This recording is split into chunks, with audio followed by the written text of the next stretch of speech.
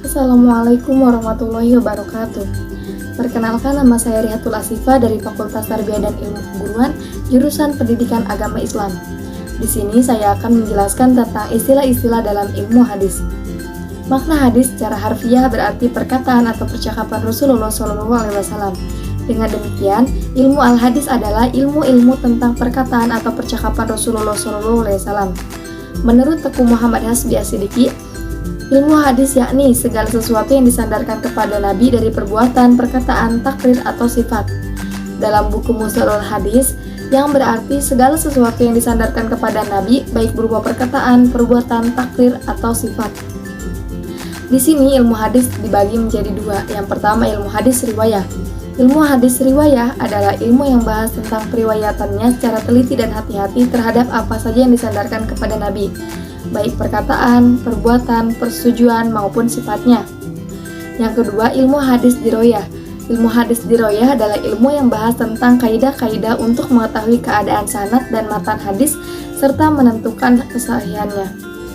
Selanjutnya ada istilah-istilah yang berkaitan dengan generasi periwayatannya hadis.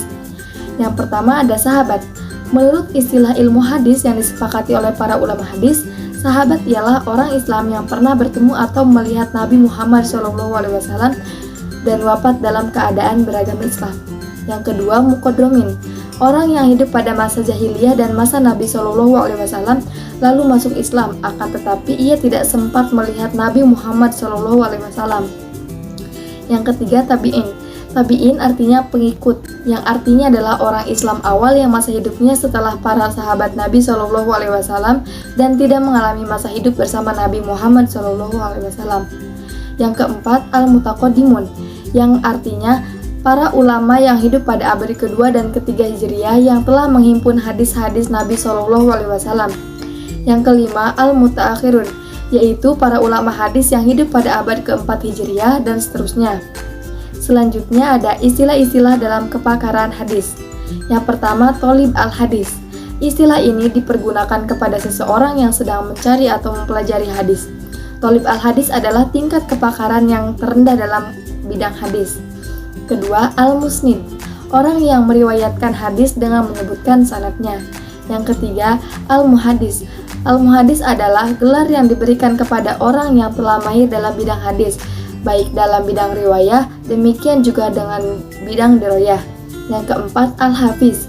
Al-hafiz adalah gelar untuk ulama hadis yang perkaranya di atas al-muhadis. Seorang hafiz telah mampu menghafal jumlah 100.000 hadis lengkap dengan matan dan sanadnya, serta sifat-sifat perawinya baik dari segi jarah dan ta'dil. Yang kelima, al-hujah. Kepakaran dalam bidang hadis yang lebih tinggi dari hafiz. Yang keenam, al-hakim. Al-hakim adalah gelar ulama yang memiliki tingkat pengkaraan yang lebih tinggi daripada al-hujah. Yang ketujuh, amir al-mu'min fi al-hadis. Gelar ini adalah gelar yang tertinggi dalam kepakaran seorang ulama hadis. Selanjutnya ada istilah-istilah dasar dalam ilmu hadis. Yang pertama, sanad. Sanad adalah susunan atau rangkaian orang-orang yang menyampaikan materi hadis tersebut sejak yang disebut pertama sampai kepada Rasulullah SAW yang perbuatan, perkataan, takrir, dan lainnya merupakan materi atau matan hadis. Yang kedua, matan. Lafaz-lafaz hadis yang di dalamnya mengandung makna-makna tertentu. Yang ketiga, rawi. Orang yang meriwayatkannya atau yang memberitakan hadis. Yang keempat, musnad. Sesuatu yang disandarkan kepada yang lain. Yang kelima, musnid. Seseorang yang meriwayatkan hadis dengan sanadnya, baik dia mengerti apa yang diriwayatkannya atau tidak. Yang keenam, muhadis. Orang yang banyak menghafal hadis serta mengetahui sifat-sifat orang yang meriwayatkannya, tentang adil dan kecacatannya. Yang ketujuh, hafiz. Dapat menghafal dan menguasai 100.000 hadis, baik matan maupun sanadnya. Yang kedelapan, hujah. Untuk ulama yang dapat menghafal sekitar 300.000 hadis beserta keadaan sanadnya. Yang kesembilan, hakim. Ulama yang dapat menguasai seluruh hadis baik dari sudut matan dan sanadnya, jar dan takdilnya maupun tak tariknya. Yang kesepuluh, amir al-mu'min fi al-hadis. Gelar bagi ulama ahli hadis termasyhur pada masanya yang memiliki keistimewaan hafalan dan pengetahuan dalam bidang ilmu hadis. Yang kesebelas, mutawatir. Hadis mutawatir memberikan faidah ilmu yang harus diyakini tanpa perlu membahas benar atau salahnya terlebih dahulu. Yang ke-12, ahad, hadis yang tidak mencapai derajat mutawatir. Yang ke-13, sahih, hadis yang dinuklikan oleh orang yang adil sempurna hafalannya atau penjagaan kitabnya terhadap hadis itu. Yang ke-14, hasan, hadis yang sama dengan hadis yang sahih, kecuali pada sifat rawinya di mana hafalannya atau penjagaan kitabnya terhadap hadis tidak sempurna. Ke-15, doif, hadis yang lemah atau hadis yang tidak memenuhi syarat-syarat hadis sahih atau hasan. Yang ke-16, maudhu, hadis palsu atau hadis yang didustakan atas Nabi Muhammad SAW padahal beliau tidak pernah mengatakannya. Yang ke-17, mursal, seseorang tabi'in menyandarkan suatu ucapan atau perbuatan kepada Nabi SAW.